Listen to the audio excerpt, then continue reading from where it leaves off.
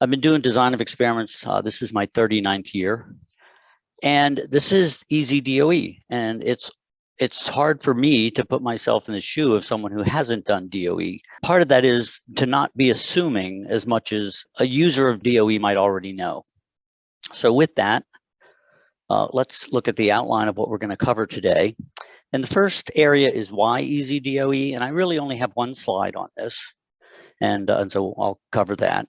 And then why DOE, I'll be doing, essentially that's the example. That's going to be that first guided Easy DOE example. And so I want to just, get into using the Easy DOE platform right away. And then we'll come back and review the important concepts in that guided Easy DOE process and talk about the various menus and choices and options for when you make your designs. And then we'll do a second example where we'll change some things up and make the design a little bit different for you to see. And so this slide really came from a mastering jump back in the fall from one of the developers, Mark Bailey, and there's a link for it at the bottom, and I'm sure Gail will fish out that link and give it to you.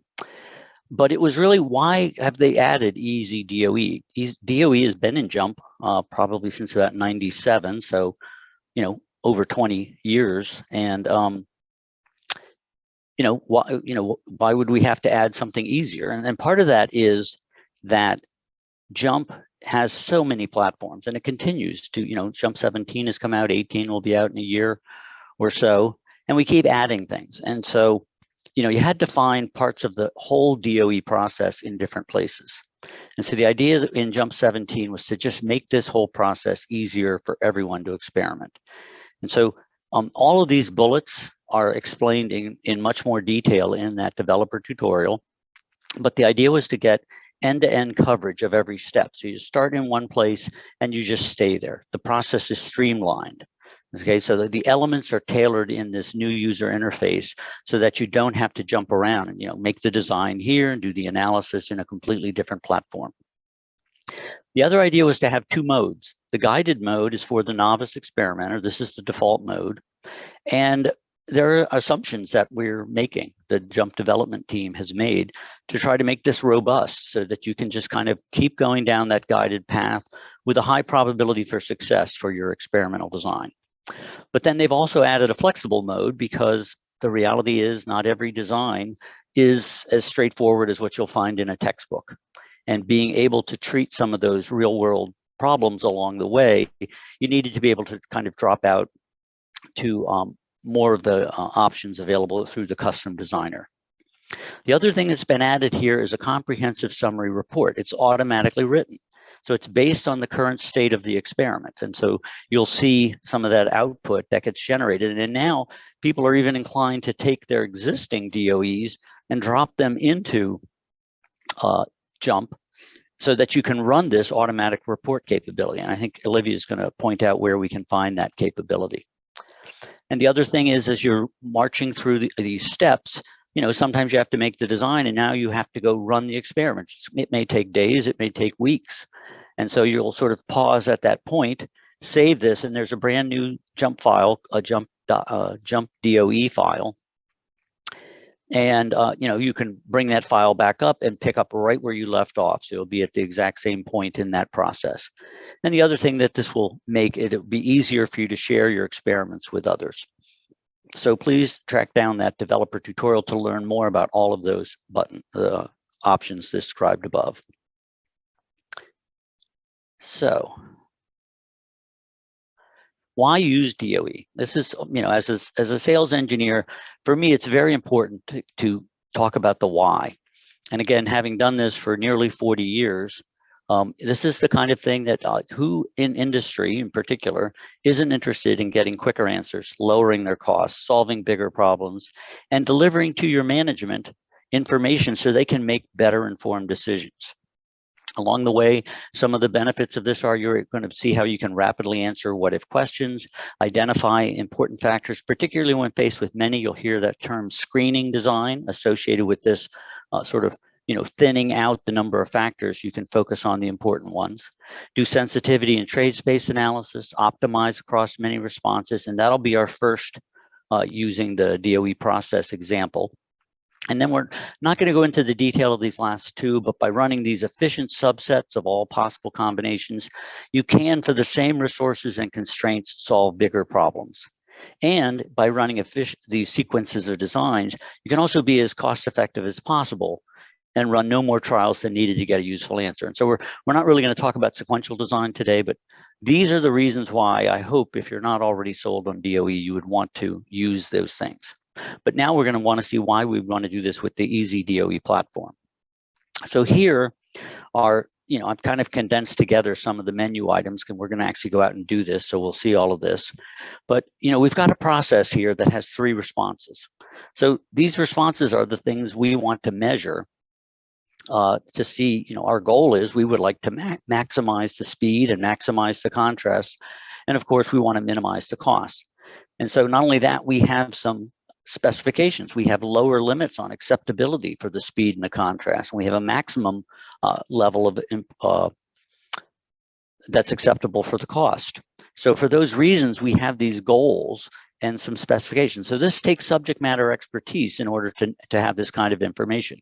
And then the relative importance, generally we start with everything equally important, but you could have, cost is just 5 times more important than these other things. We're very interested in lowering the cost. And so that's where you get to sort of input all this information on the front end of the experiment. Now, when we go to the next area here where we want to define our factors, these are the ranges we think if you adjust these factors, they will have meaningful impact on the responses above. The idea is, we have 4 factors here. We've got this 4-dimensional space. We'd like to know where in this 4-dimensional space we can find that best trade-off in performance among speed, contrast, and cost. And so in order to achieve that with our modeling, we're going to want to use a model that not only gets us the main effects and the 2-factor interactions, we're going to want the quadratic. So we're asking for a complex model because we want a very good answer. We want to really know we're at the optimum in this process. So we're going to see how we populate all that information into the Easy DOE platform. And when we're done and bring the data in and analyze it, it's going to return a report. And I've got 5 pages in this report, and I'm highlighting looks like 6 pages.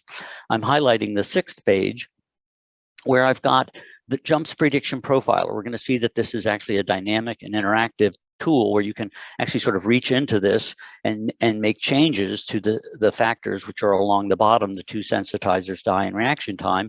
And as we make those changes, the predictions in the speed, contrast, and cost will change. Now, I've added some color coding to this profiler, and I'll show you how we do that. And the color regions are where we do not meet requirements. So in other words, we want all the answers in the white zone. We want to make sure we never fall below 5.3 for speed, or below 0.7 for contrast, or above 0.28 for the cost.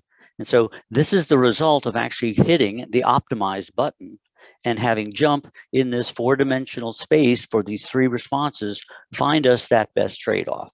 So that's where we're going to end up. There are a few other pages here, and I've highlighted what information it's recorded, what factors, what responses we're interested in, what was our starting model, what was the actual design and the response values we entered, what were the final models we've fit here, and then what terms were excluded, what were the residual plots. Here's where we're looking for potentially spurious data that we might want to go investigate. There might be some cause for why we've got such a wild data point somewhere. And then we've got our actual versus predicted plots. And the point is, all of this gets generated automatically. So here we are with where we're gonna now drop out to JMP. And again, we're gonna just type all this in and generate the design. So let's go to JMP. So what I have loaded here, just so you know ahead of time, is a simulator. At some point, we're going to need to collect data. So I just want to show you the simulator on the front end. Right now, the blue region is where we're going to end up with our factors. And when we paste them in, watch the response values. So you'll notice the first row is 5.42, 0.6, 0.347. Well, if I were to paste in again, let me cut it out. you'll see I got slightly different answers because this simulator has random noise in it as well. Overall, if we were to all be doing this, and there's 500 people registered, if you were all doing it, we get 500 different sets of answers for the individual data points, but the overall optimum that we would find would be very similar across everybody. So that's how we're going to use the simulator to get our data when we get to that stage. So we're going to start on our DOE menu and pick the Easy DOE option. And here you can see the we have these tabs starting with the define, and then we'll step to model, then design, data entry, analyze, predict, and report. So we're going to start off with just 4 continuous factors. I'm going to put a 4 in this box, and I'm going to add those 4 factors. Now, the names right now are defaults X1 and ranges of -1 to +1. Well, I want to put those factors in. And actually, the fact that the factors was open, I skipped doing the responses. I'll tell you what, let me just back up a little bit, hit the open tab there, and let's start with that step. So you'll notice we've got 4 goals that we can choose: max, min, target, and none. And so this first one, our response was speed. The goal was maximized. The lower limit was 5.3. And everything's going to be equally important when we start. Well, we also want to maximize, so we're going to add a second response called contrast. And that one had a lower limit of acceptability of 0.7, importance of 1. And now I'm going to change up here. I'm going to pick the minimize, which is what we want to do for cost. And so I'm going to use the upper limit of 0.28. And again, at this point, everything's equally important. And those are the 3 responses. And then we're going to adjust these 4 factors. And so now we'll come down and put in, there's a sensitizer 1. And that range, the default ranges are what you'd find in a textbook, -1 to 1. But you should really put in what the real values are so you don't have confusion. And we're going to study them from 50 to 90. And the same is true for sensitizer 2.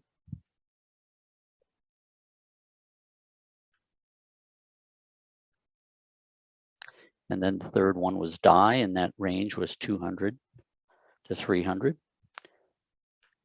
And reaction time was 120 to 180. All right, so at this point, we've put in our responses, we've put in our factors, and there's a navigation button at the bottom. We could hit that, or we could just go right on and hit the model tab. Either one will get us to the same place. I'll just hit the navigation button at the bottom. And now it's asking us to pick the model. And I'm going to go into detail about what these 4 different choices are later. But we've already talked about, we want to do Tradespace optimization. So we're going to go for this last model here, which is the all main effects, 2 factor interactions, and quadratics. It says that we're going to end up with a response surface design as a result. So that's the choice I want to choose here. Again, I can either hit the navigation button, or up here I could hit the design tab. So this time, design tab rather than the navigation button. And it's computing the design. So 2 ways we would get the same answer.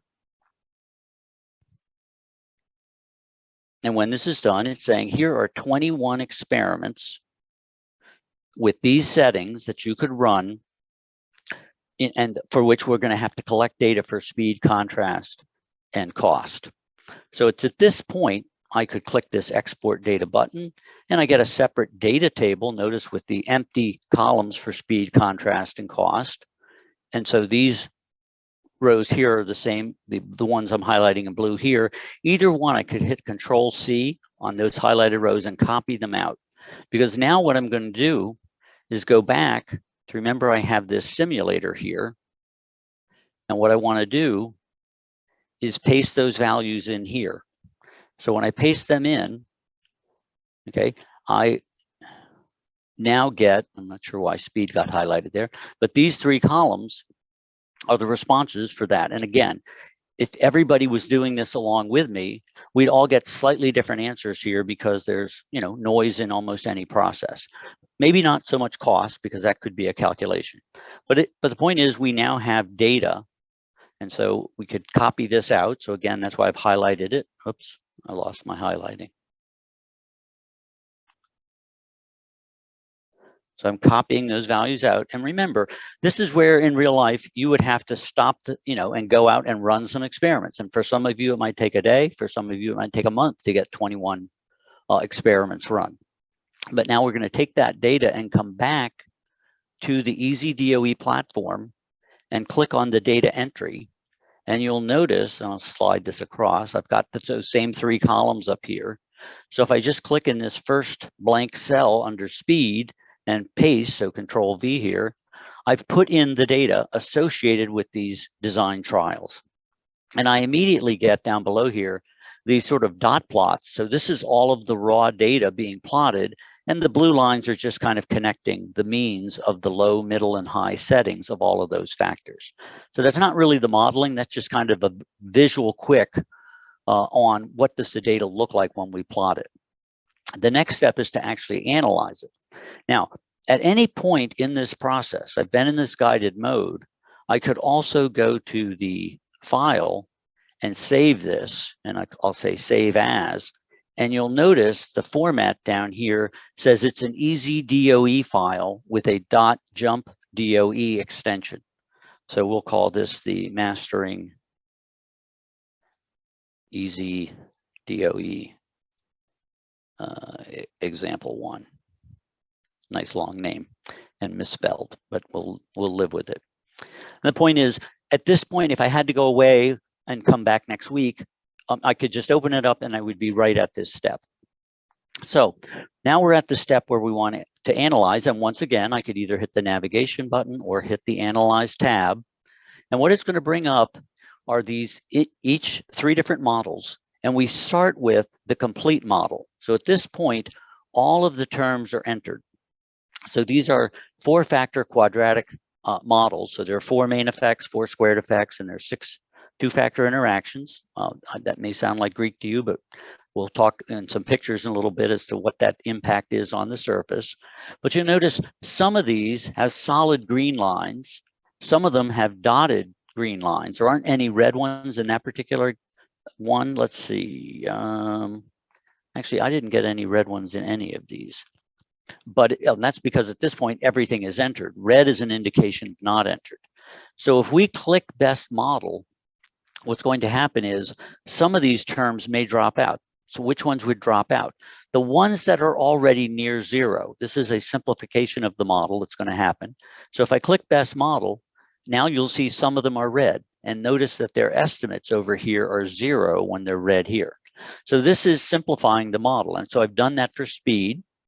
I can come down and do that for the contrast. And again, some of these terms have dropped out, and do the final step for cost.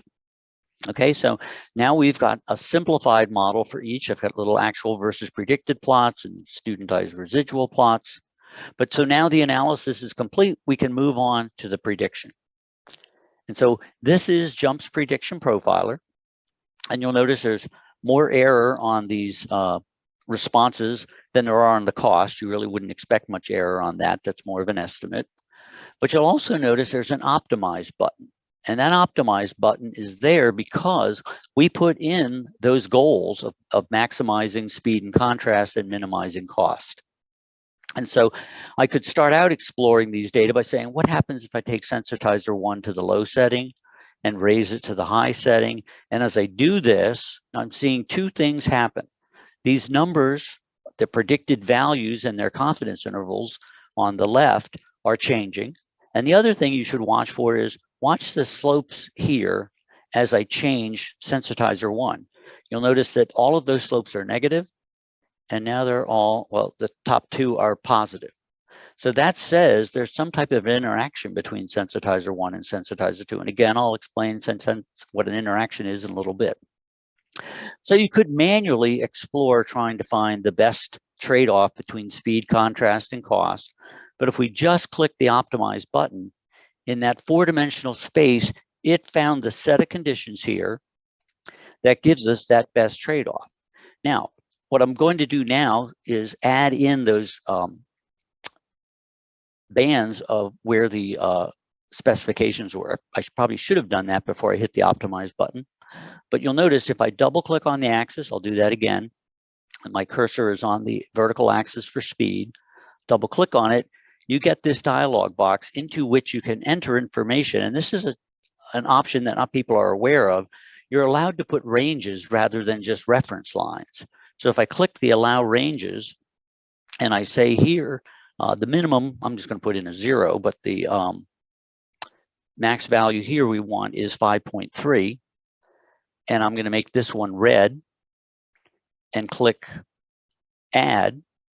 You'll notice it's put a red colored shading from 5.3 down. Okay. And then I want to double click on this contrast axis. And in that one, I want to, again, do an allowable range. I want 0 here, and I want to put in a 0.7 for the, and I want this one to be, say, green. And we'll add that range, except that I didn't. Somehow I lost track of my allow ranges. 0 there, 0.7 there, green, update. There we go. And now I have to add my cost. And that one was, so allow ranges. This one, the minimum value is going to be 0.28. And I'm just going to pick a 1 to go off scale on the high side. We'll make this blue. Add that range in. And now, one of the things we should see right away is the answer when I hit optimize is in the white region for each of these. We're above 5.3, we're above 0.7, and our cost is about 2.24, and it's below 0.28. So this does satisfy everything. But here's where you're, as an engineer scientist briefing decision makers, they might look at this and say, is there any way we could take some cost out of this? And at that point, we would go in, I'm not going to go into the details of it here, but if we turn on the optimize and desirability and go to the setting of the desirabilities, here's where we can come back in, and there's a 1 here by default, say for maximize speed, a 1 for the maximize contrast. But here I might say, I'd like to see what happens if we think cost is 6 times as important as the other 2. Well, you would expect if I hit the optimize button, that 0.24 should drop, right? And the only way it's going to drop is if I give up some performance up here for the speed and contrast. So we'll just do it. Sure enough, this answer came down, not as much as I'd hoped. Let me hit it again. But it dropped, but it only got better because we gave up some importance up top. So at this point, if I click report, all of the things that we just did were recorded. All the way until, that final answer that we had chosen here. At this point, you can save this report out. There's an export either as PDF or RTF. And I'm not going to go into the details of doing those steps and finding the thing, but that's sort of from start to finish, the, doing a designed experiment where we want to end up how to do the Tradespace analysis and present that information to our management. So with that, I'm going to take it back to, and again, you'd want to save this. So, we'll just click save and the name should still be there. All right, that's our first Easy DOE. And we'll go back to the slides here. So the intent was to just get in and use jump and not explain what all of those menu options meant. And so that's why there's a couple of check marks here. We've kind of knocked off the first 2 on this demo. Now what we're going to do is sort of introduce that 6-step DOE process in a little more detail. We're going to review factor types, model choices. And we'll just go through the whole thing again, but we'll also change it up a little bit. It'll still be Tradespace optimization, but we'll have different types of factors and maybe some different goals. So here are those 6 steps: define, specify, design, data entry, analyze, predict, and again, this report is something we're providing you. So here are 2, the bottom one here is what we've been working with in the Easy DOE platform. I've only been using the guided mode, but up above is what you would find in the DOE book that comes with JMP, or if you were to search in the JMP help, you would eventually land on this page that gives these 6 steps to the DOE process. And the names are a little bit different, describe instead of define, specify instead of model, but I think you can see how the things generally match up, analyze and fit, pretty much the same thing. And I'm not going to read all the details of the steps there, but I am going to pause on the first two just to emphasize that this is the beginning. You can't just blindly slap a design of experiments or an experimental design onto a process and expect it to work. You need to have some knowledge, some scientific, some engineering knowledge. And that really comes from, not so much the statistician on your team, but the engineer or scientist. You need to know what are meaningful ranges for the factors to have impact upon these responses. You have to know what are the specifications in order to meet certain performance. And so, that's where, your team needs to kind of think before you just, start doing stuff with DOE. Just because there's a DOE platform and it says Easy DOE doesn't mean it's going to work if you don't have a problem that can be solved. The next step under specify, I think of this mostly as where we pick the model we're trying to support. And I'm going to go into more details to what we mean by first order versus second order, but you might think of this as one of these is for, screening out. We've had a large number of factors and we just want to find the critical few and investigate those critical few with more complexity. And that's where we would move from the first order main effects model up to a second order model where we're trying to make predictions. Okay, so this is what you'd see in our help and what you actually see on the Easy DOE platform. So here's what we're talking about when we say first order versus second order. And I've got sort of two shades of gray to my second order models. What I'm showing here is a response surface where we're looking at y as a function of x1 and x2. And on the left, it's a plane. And right down below it, I've got the equation of a plane. And in the middle, we've taken that equation of the plane and we've added one more term to it, the cross product between x1 and x2. And as a result, and this is where the term interaction comes in, here I'm saying this edge, in other words, y as a function of x2 at low x1 is identical to y as a function of x2 at high x1. They have the same slope. In this case, you'll notice that y as a function of x2 is positive, but here y as a function of x2 is negative. And so that twisting of the surface is all coming from this interaction term. And then, but the lines are all still perfectly straight, okay? In this case, there's curvature has been added. So this edge is still predominantly positive slope, but you can see a little arc to it. This one is still predominantly negative slope, but you can also see a little arc to it. Okay, in order to get that curvature in it, you have to add these squared terms. So this is where first order and second order come from. The exponents not shown on the linear terms, the main effects terms, are ones. The exponents here, there's a 1 on each of these, but their product is a 2. So that's second order. And again, these are obviously second order. And then down below, I'm not going to read all these things. You can see how these models get larger as you go up in number of factors. And just the key point is, for first order, it just goes up linearly. So if you have 20 factors, you can have a 21-term model. You can run as few as 21 trials, probably do a few more, and get out main effects for everything. But if you tried to do that at the second order level, you're up over 200. Nobody does 20-factor second order models. Okay, so this is what we mean kind of long on first versus second order, but it's the difference between screening out versus having some type of prediction capability. So we're going to drop back to, and we'll come back to models again when we get to that dialog box. Here's the choices for factors that we were given. The first time around, I just went all continuous. I have a picture of a finger and a thumb on a knob. In theory, you can get a numeric value between any low and high level for that factor. Let me come back to discrete numeric. Let me go all the way to categorical at the bottom. Categorical, in this case, we're talking about bolts. This is going to be the second example. I've got 3 different vendors of bolts: Anchor Bolt, BMB Fasteners, and Champion Bolt and Supply. It really doesn't matter what order they're in, but they're just, you can't get a 50% blend of Anchor Bolt and BMB Fastener, okay? Now, discrete numeric is the one in the middle, and we're going to go into more detail on that. It's bolt diameter, so it's really kind of a continuous factor, but we can only buy bolts in certain sizes. So it's sort of like categorical, but models like continuous. So here's several examples of continuous factors, and I purposely found analog dials or meters to show you that idea of a continuous factor: time, temperature, speed, RPM, and pressure. All of them, in theory, if you made your dials big enough, you can, read tinier and tinier lines between them. So, if you're going to set the pressure, you put your hand on a valve maybe, and you open it up until the pressure hits a certain value. Okay, so this is the idea of continuous factors. Categorical, we talked a little bit about the vendors. Doesn't matter what order they're in.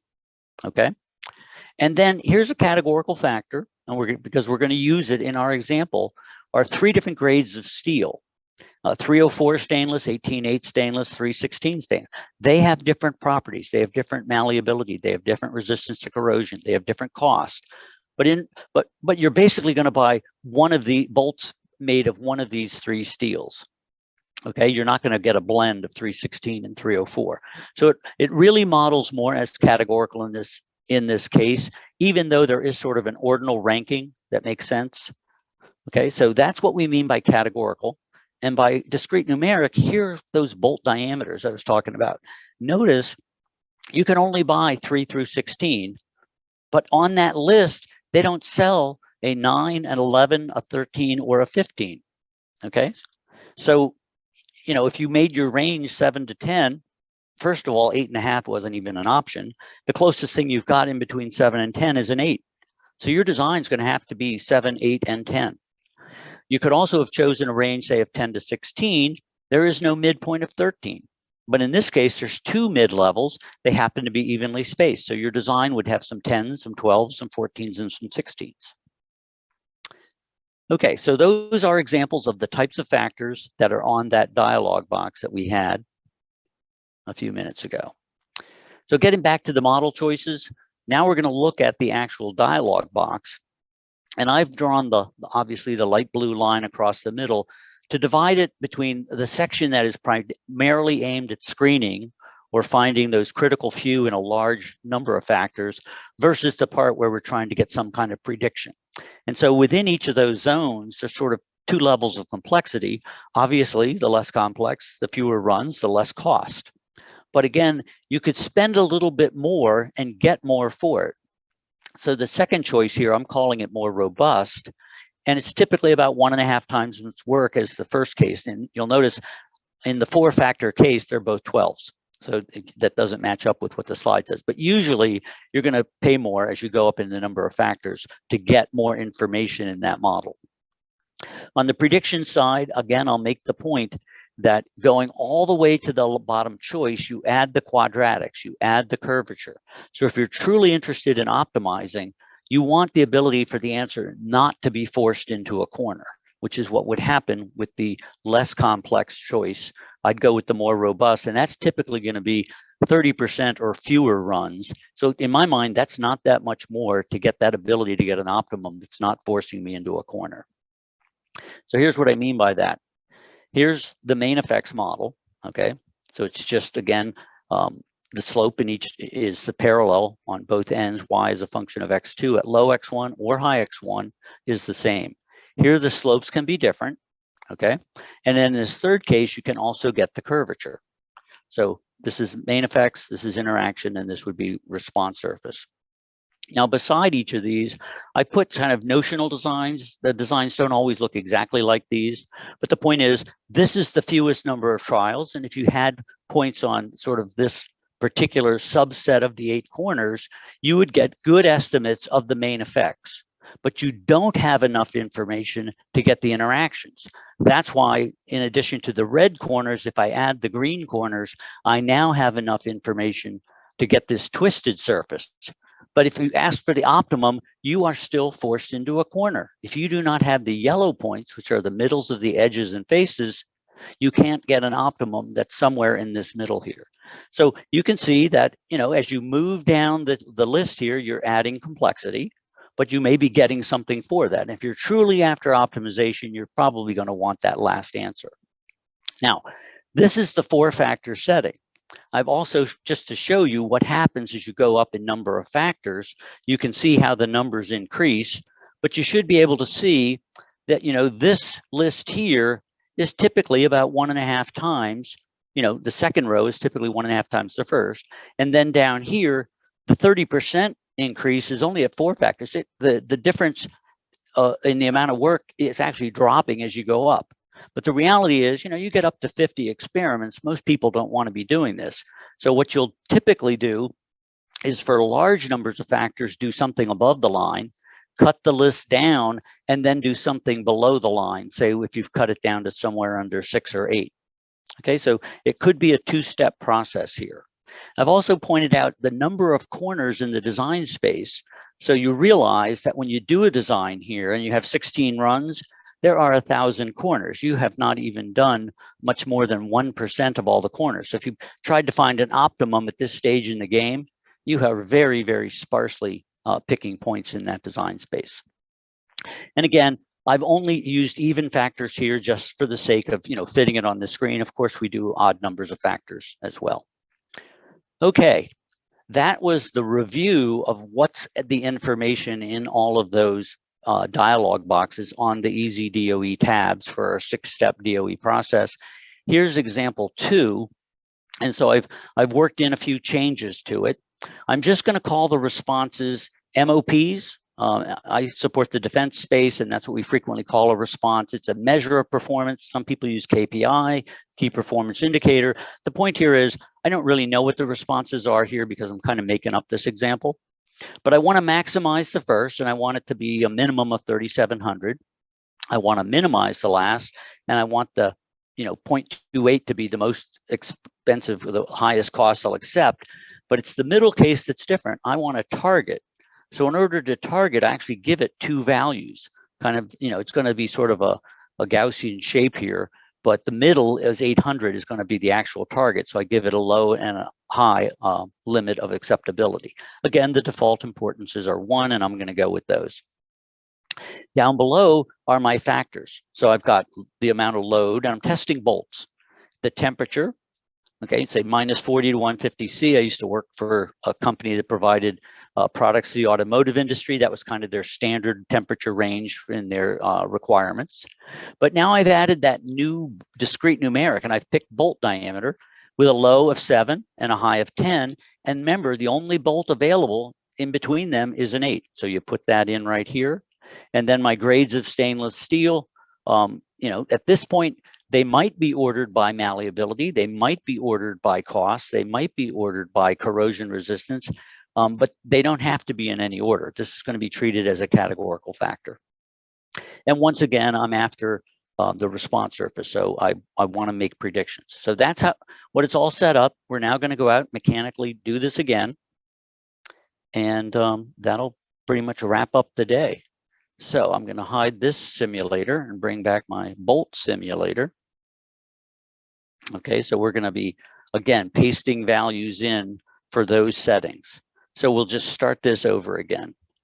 Let me actually close that file and start at the DOE menu. We'll pick Easy DOE. We'll again start with the responses here. And in this case, we want to maximize the first. We want to match the target for the second. I'm just going to add them in like this, and I'm going to minimize the third. And now I'm going to come in and populate this with the first one we're going to call MOP1, except that I got my caps lock the wrong direction. There we go. And here we're going to have a minimum of 3,700 and importance of 1.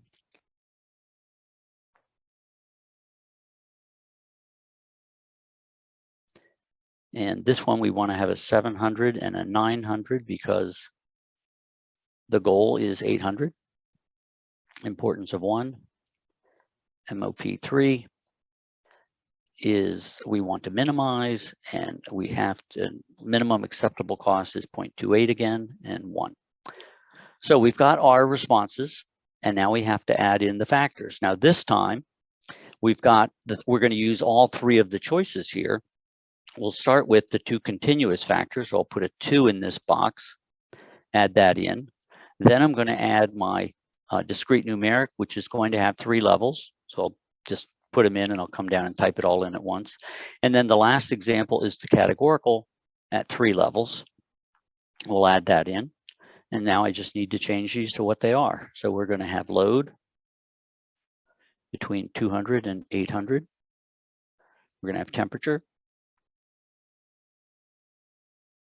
between minus 40 and 150. And now here's that first discrete numeric, so bolt diameter is available in a 7, an 8, and a 10. If I had chosen, remember, 10 to 16, I would have chosen to have 4 levels and use both to 12 and 14. And then the last one here is our grade of stainless steel.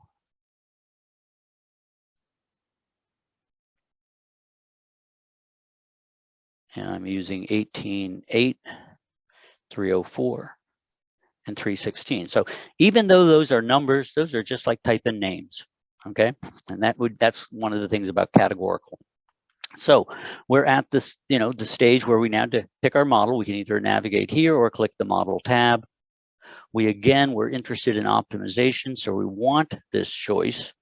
Again, we've got that sort of dividing line between where we're screening and where we're trying to make predictions.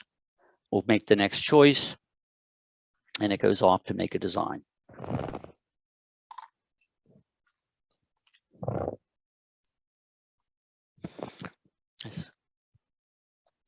And so there it is, and you'll notice the grades of stainless steel are left justified, indicating they are being treated as characters. Remember, in JMP, right justified are numbers, left justified are characters. Again, I could export this out. I could save this as a JMP DOE. So if I wanted to do that, I would come up here and go File, Save As, and we'll just call this Example 2, Easy DOE. And at this point, I'm going to copy out the design from here rather than export it.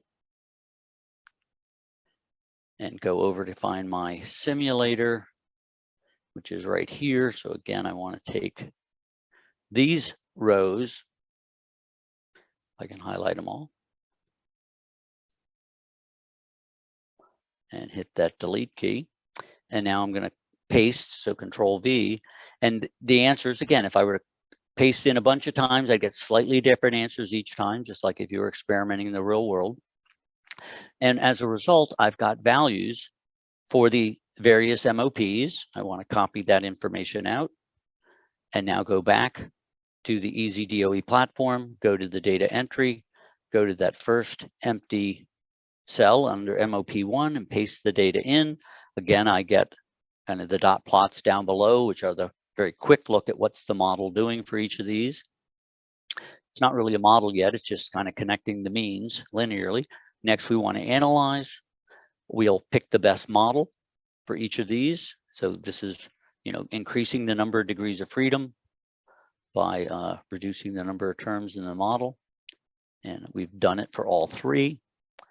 And again, you'll notice the cost is going to have a very, very low error on it, whereas the ones where we're actually, experimenting, we're going to have more error maybe in those. Go to prediction. And the big difference in this prediction profiler is that these two have only 3 levels you can go to, 7, 8, and 10. In other words, I can't actually set this slider anywhere. If I wanted to say what was 7.5 doing, or 8.5 is the true midpoint bolt diameter, I could get that out. But if I'm really predicting as a function of what I can buy, 8 is the middle, okay?